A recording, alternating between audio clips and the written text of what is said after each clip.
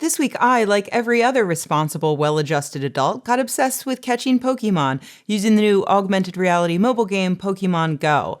I was never even that into Pokemon, but I saw that the app was free, so I decided to give it a quick trial run, and then I got hooked, which is exactly what they told me was going to happen in all of those 5th grade DARE classes, but this time instead of heroin, it's tiny imaginary monsters. But like heroin, our international Pokemon Go addiction has turned into a crime wave, at least as reported by the media.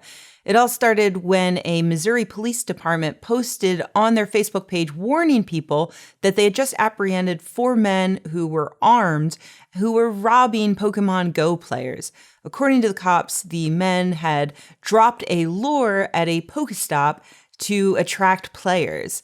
And if you're not familiar with the game, because you're super uncool apparently, because come on, everybody's doing it, allow me to tell you what that means.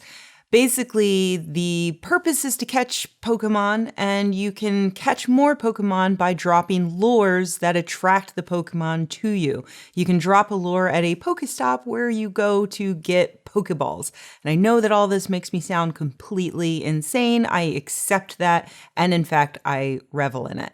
Anyway, these guys, according to the cops, were not using lures to attract Pokemon, but were using them to attract more players who came to catch the Pokemon. Brilliant.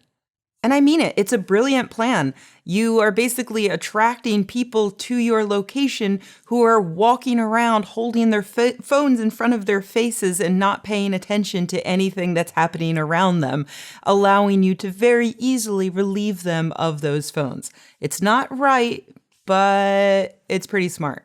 There have been several other reports since then of crimes committed on Pokemon Go players, including one here in San Francisco last weekend in which 2 siblings were apparently robbed of their phones while playing Pokemon Go. So there you have it. It's a Pokemon Go crime wave. Or is it? One of the alleged robbery victims in the Missouri case contacted Snopes, the myth-busting website, and reported that he wasn't actually going to a lure at the time that he was robbed. He said that he was taking a shortcut down a dark street to get to an out-of-the-way Pokestop, and some guys pulled up in a car and took his stuff and took off. He says that there was no lure, and so there's really a question as to whether or not these guys were actually using Pokemon Go or whether the victim just happened to be playing Pokemon Go when he was robbed. And the kids who were robbed here in San Francisco were actually playing the game as well, but those were just 2 of 8 cell phone robberies that happened that same weekend.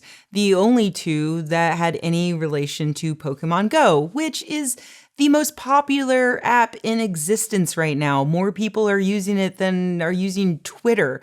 That's huge. So of course, there's a chance that all of these crimes are going to have someone who has the game installed and who might be playing at the time that the crime was committed. Like any new fad, Pokemon Go is going to get blamed when things happen, even if it's just tangentially related or if it's not related at all. God forbid the first kidnapper who is found with the game installed on his phone. It's not going to be pretty. Pokemon Go can definitely make it easier for people to rob you, don't get me wrong. I mean, you have to keep the game open at all times for it to work, and you have to stare at it if you're tracking a particular Pokemon. And because the servers keep going down and the app keeps crashing, you have to look at it at all times to make sure that it's still open. So all of that adds up to you walking around an environment with a $500 computer held in front of your face. It's a recipe for disaster, really. So I do hope Pokemon Go fixes all of the things that are currently encouraging people to not pay attention to what's happening around them. Make it easier to play the game while keeping it in your pocket for the most part. Fix the servers so you don't always have to stare at it to make sure the app hasn't crashed. And in the meanwhile, please do try to keep your head about you while you're playing. But also keep in mind that you're much more likely to get all of the benefits of the game and none of the drawbacks.